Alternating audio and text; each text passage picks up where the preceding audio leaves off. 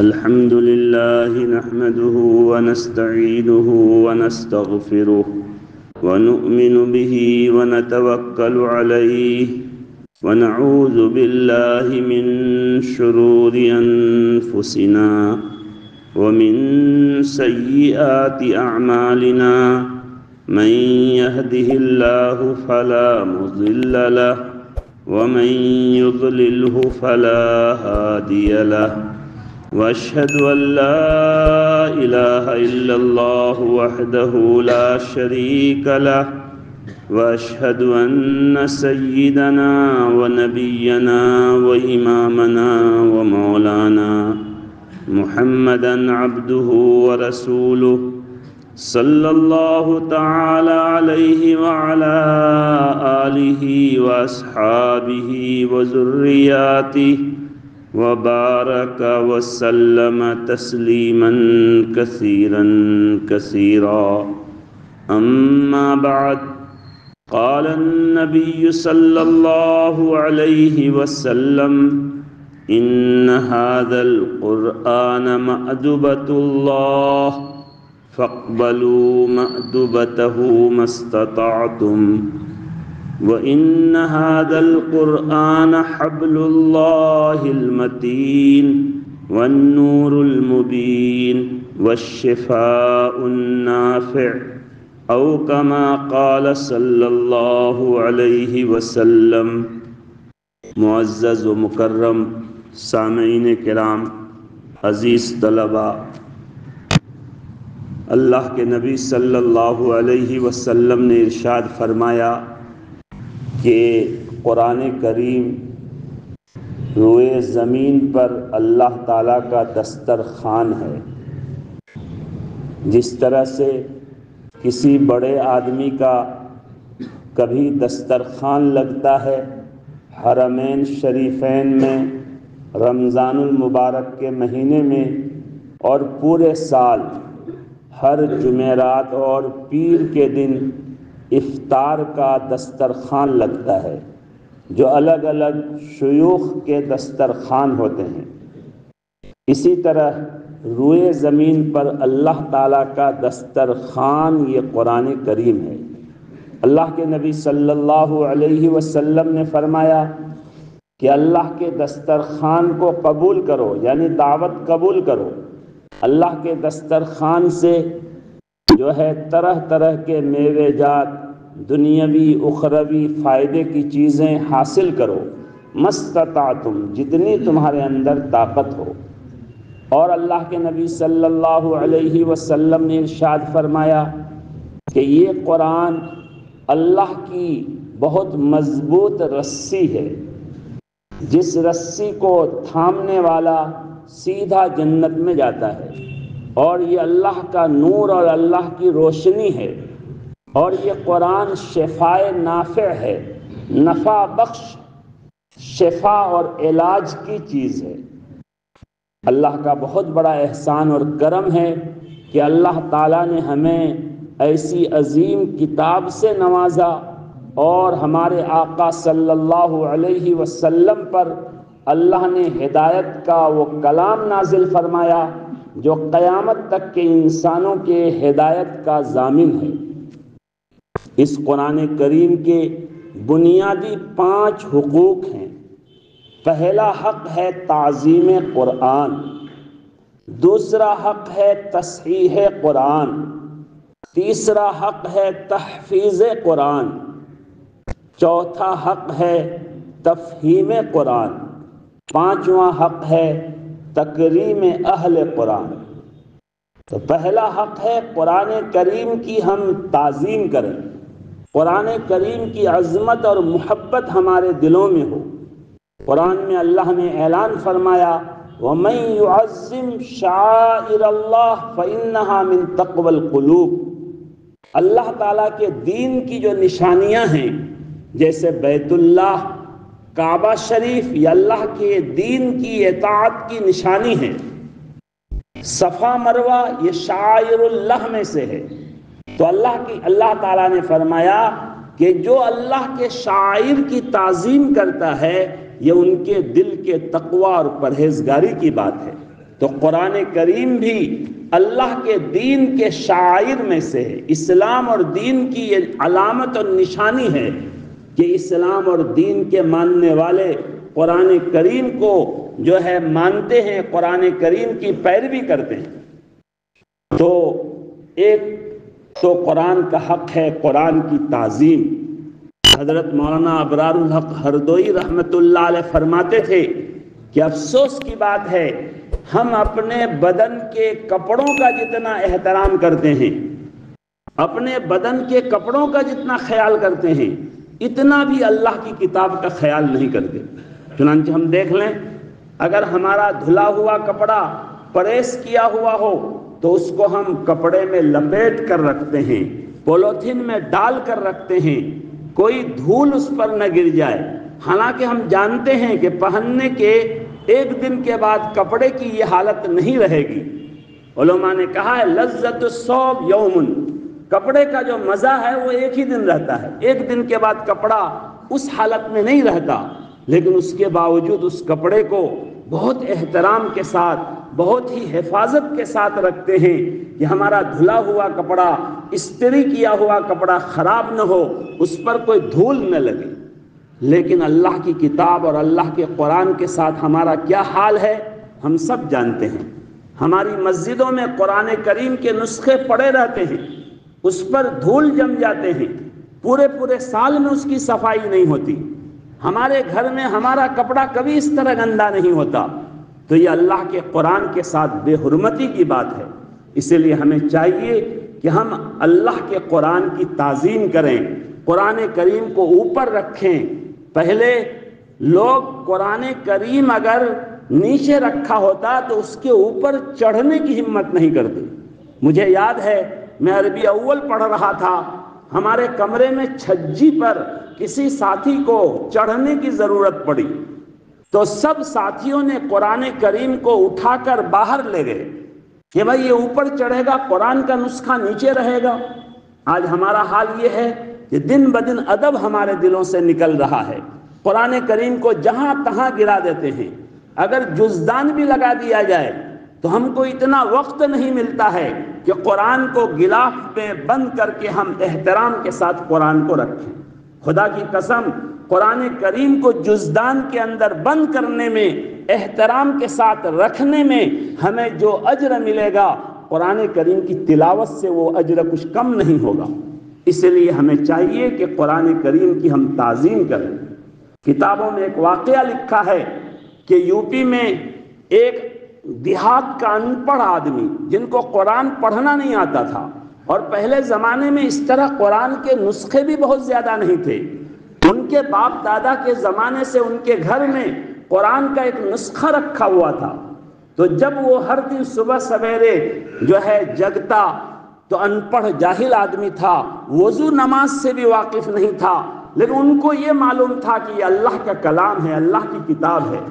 ہر دن قرآن کریم کو جو ہے کپڑے سے ہٹاتا، جزدان کھولتا، اس کو سینے سے لگاتا، اس کو سر پر رکھتا، اس کا بوسہ لیتا اور قرآن کی آیتوں پر انگلی گھما کر اپنی زبان میں کہتا یہن ٹھیک ہے، یہن ٹھیک ہے، یہ بھی سچ ہے، یہ بھی سچ ہے، یہ بھی سچ ہے۔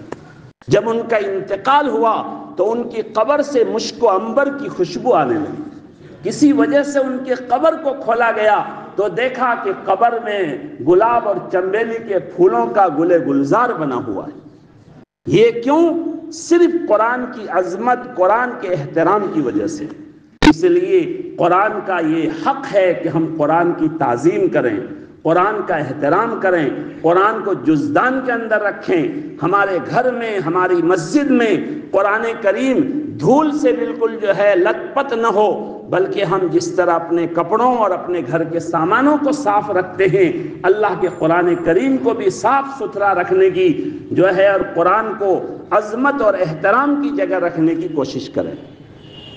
دوسرا حق ہے تصحیح قرآن، کہ قرآن کو ہم صحیح پڑھنے والے بنیں، صحیح تلفظ کے ساتھ ہم قرآن پڑھیں۔ ظاہر ہے معروف اور مجہول کے اعتبار سے معنی میں فرق ہو جاتا ہے۔ اردو میں دیکھ لیجئے بہت سارے الفاظ ہیں۔ ایک لفظ ہے بور، بور کا مطلب ہوتا ہے کہ میں بور ہو گیا، اکتا گیا. اسی کو اگر معروف پڑھیں تو بہت گندا معنی اس کا ہو جائے گا. شیر، شیر، دونوں کے معنی میں بہت فرق ہے. کہاں شیر، کہاں ہے دودھ. تو صرف معروف مجہول پڑھنے میں جب اردو میں فرق ہو جاتا ہے معنی کا، اور عجیب عجیب طرح کا فرق ہو جاتا ہے، تو قرآن کریم کو بھی صحیح تلفظ کے ساتھ پڑھنا ہر مسلمان پر فرض ہے، ذمہ داری ہے. افسوس کی بات ہے کہ بہت مرتبہ جو ہے کئی چلہ ہم لگا لیتے ہیں، بہت مرتبہ عالم بھی بن جاتے ہیں، مگر قرآن ہم کو صحیح پڑھنا نہیں آتا. یہ افسوس کی بات ہے، یہ بے توجہی کی بات ہے. اسی لیے ہم قرآن کو صحیح تلفظ کے ساتھ پڑھنے والے بنے. اللہ کے نبی صلی اللہ علیہ وسلم نے قرآن اس طرح پڑھنے کا حکم دیا جس طرح نازل ہوا. قرآن کو اچھی آواز میں پڑھنے کا حکم دیا. تو تصحیح قرآن یہ قرآن کا حق ہے. تیسرا حق ہے تحفیظ قرآن. قرآن کریم کو ہم حفظ کریں، جتنا ہو سکے ہم قرآن کو اپنے سینے میں محفوظ کرنے کی کوشش کریں. حدیث میں ہے جس دل میں قرآن کا کوئی حصہ نہیں ہے وہ ویران گھر کے مانند ہے. جس طرح ایک ویران گھر کھنڈر ہے، اس کے اندر کچھ بھی سامان نہیں ہے، کوئی رونق نہیں ہے، کوئی زیب و زینت نہیں ہے، اسی طرح اگر کوئی دل قرآن کے سے خالی ہے تو وہ بھی اسی طرح ہے. اسی لیے ہمیں چاہیے کہ ہم قرآن کریم کو حفظ کریں. جو ہے اللہ جن کو موقع دے وہ حفظ کرے، موقع نہ دے تو جتنا حفظ کر سکتا ہے چند سورتیں یاد کرے، اما پارا یاد کر لے، لیکن کچھ نہ کچھ قرآن کریم کا حصہ ہمارے سینے میں محفوظ رہے. ہو سکتا ہے بڑھاپے میں ہماری ایسی کیفیت ہو جائے کہ ہم دیکھ کر قرآن نہ پڑھ سکیں، آنکھیں اگر سے ہم معذور ہو جائیں، تو جو صورتیں جو قرآن ہم کو زبانی و حفظ یاد رہے گا اس کی تلاوت کم از کم ہم کر سکیں گے. اور اللہ نے کسی کو حافظ قرآن بنا دیا تو ان کا تو بہت اونچا مقام ہے، جو ہے اللہ کی بہت بڑی دولت ان کو مل گئی. ہمارے ایک بزرگ تھے حضرت قاری امیر حسن صاحب رحمۃ اللہ علیہ. وہ تو ہر جو ہے دیندار آدمی کو کہتے تھے کہ ہر دن ایک آیت حفظ کر لو. حضرت حفظ شروع کرا دیتے تھے کہ ہر دن ایک آیت، جو ہے کوئی مشکل نہیں. چنانچہ حضرت کے اس نسخے سے کتنے لوگ حافظ قرآن بن گئے. اللہ ہم سب کو توفیق دے. چوتھا حق ہے قرآن کا تفہیم قرآن، کہ قرآن میں اللہ کا کیا پیغام ہے، اس پیغام کو ہم سمجھنے کی کوشش کریں کہ اللہ ہم سے کیا کہتے ہیں، اللہ کا ہم سے کیا مطالبہ ہے. ظاہر ہے جب تک قرآن کا معنی نہیں جانیں گے، قرآن کی تفسیر نہیں جانیں گے، یہ کیسے معلوم ہوگا کہ اللہ نے کس چیز کو حلال کیا، کس چیز کو حرام کیا. اور حفظ قرآن کی بہت سی فضیلتیں احل حلالہ وحرم حرامہ کے قید کے ساتھ مقید ہے کہ وہ حافظ قرآن قرآن کے اندر جو چیزیں حلال کی گئی ہے اس کو حلال سمجھے، جو حرام کی گئی ہے اس کو حرام سمجھے. اس کے لیے قرآن کو سمجھنا ضروری. تو لہذا ہمیں چاہیے کہ اگر اللہ نے ہمیں قرآن صحیح تلفظ کے ساتھ پڑھنے کی توفیق دیا ہے، ہم صحیح تلفظ کے ساتھ قرآن پڑھ رہے ہیں، تو عوام جو ہے علماء کی نگرانی میں ترجمے قرآن پڑھے، قرآن کی آیتوں کو سمجھے. لیکن یہ بھی ضروری ہے کہ جو ہے علماء کی نگرانی میں قرآن کا ترجمہ پڑھے، علماء کی نگرانی میں قرآن سمجھنے والا بنے. اگر نیٹ اور گوگل سے قرآن سمجھے گا تو قرآن کی دونوں صفت ہے، اللہ کی دونوں صفت ہے. ہدایت بھی اس قرآن سے بہت سے لوگوں کو ملتی ہے، بہت سے لوگ گمراہ بھی ہوتے ہیں. اور ابھی میں نے بتایا کہ اردو میں بھی جو ہے حرکت کے فرق سے معنی بدل جاتا ہے. آپ نیٹ میں ایک لفظ دیکھیں گے اور اسی کے حساب سے قرآن کا ترجمہ کر لیں گے تو اس صورت میں پھر ہو سکتا ہے وہ ترجمہ وہاں مقصود نہ ہو. امام بخاری رحمۃ اللہ علیہ جو آخری باب بیان کی ہیں، تمام لوگ ختم بخاری میں سنتے ہیں کہ ایک لفظ ہے قسط، اس کا ترجمہ انصاف بھی ہے، ظلم بھی ہے. قرآن میں کہیں انصاف کا معنی ہے ان اللہ یحب المقسطین، کہیں پر ظلم کا معنی ہے جو ہے اما القاسطون فکانوا لجہنم حطبا، یہاں ظلم کا معنی ہے. بعض علماء نے کہا کہ قسط کا معنی انصاف، قسط کا معنی ظلم. دیکھیے صرف لفظ زبر زیر کا فرق ہو گیا، معنی بدل گیا. اس لیے کوئی نیٹ سے گوگل سے قرآن سمجھے گا تو بہت امکان ہے کہ وہ گمراہی کی طرف جائے گا. اس لیے علماء کی نگرانی میں قرآن سمجھے. تو تفہیم قرآن یہ بھی قرآن کا حق ہے. اور پانچواں حق ہے تکریم اہل قرآن. اہل قرآن کا اعزاز کرے، اکرام کرے. سوچے کہ اللہ نے ان کو قرآن کی خدمت کے لیے قبول فرمایا ہے، ان کے سینے کو اللہ نے قرآن کے لیے قبول فرمایا.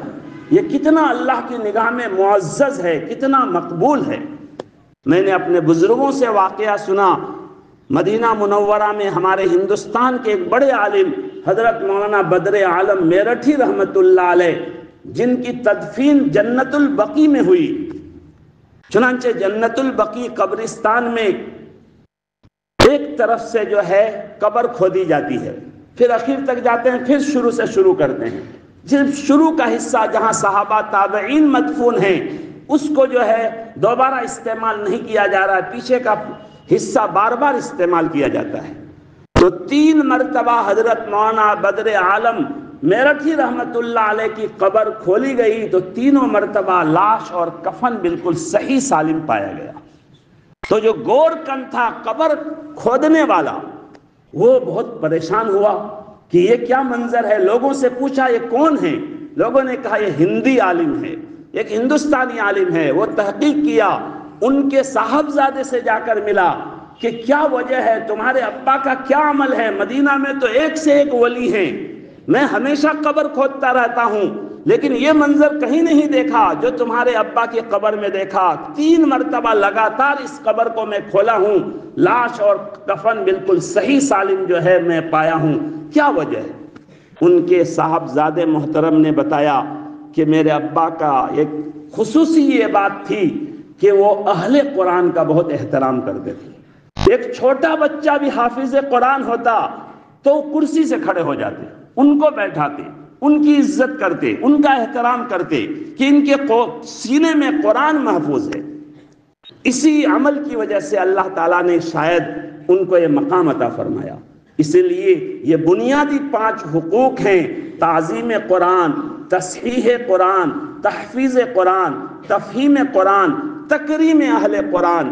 قرآن کے خدام کی عزت کرنا، ان کا احترام کرنا، چاہے وہ قرآن کے الفاظ کی خدمت کرنے والے حفاظ کرام ہوں، قرآن کے معنی کی خدمت کرنے والے علماء کرام ہوں، سب تکریم اہل قرآن میں شامل ہیں.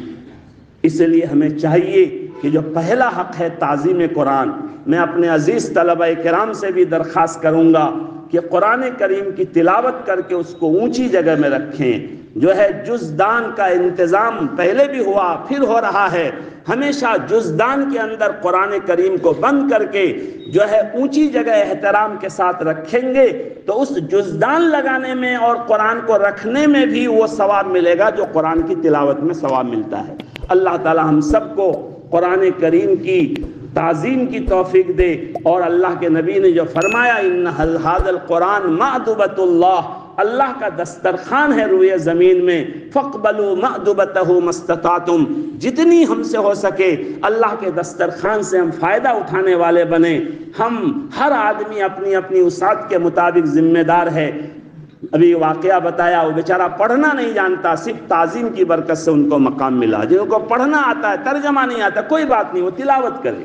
جو ترجمہ بھی سیکھ سکتا ہے وہ ترجمہ کرے، جو حفظ کر سکتا ہے وہ حفظ کرے. مستطاعتم، جتنی طاقت ہو قرآن جو دسترخوان ہے اس سے فائدہ اٹھانے کی کوشش کرو. اللہ تعالی ہم سب کو عمل کی توفیق دے. وآخر دعوانا الحمدللہ رب العالمین.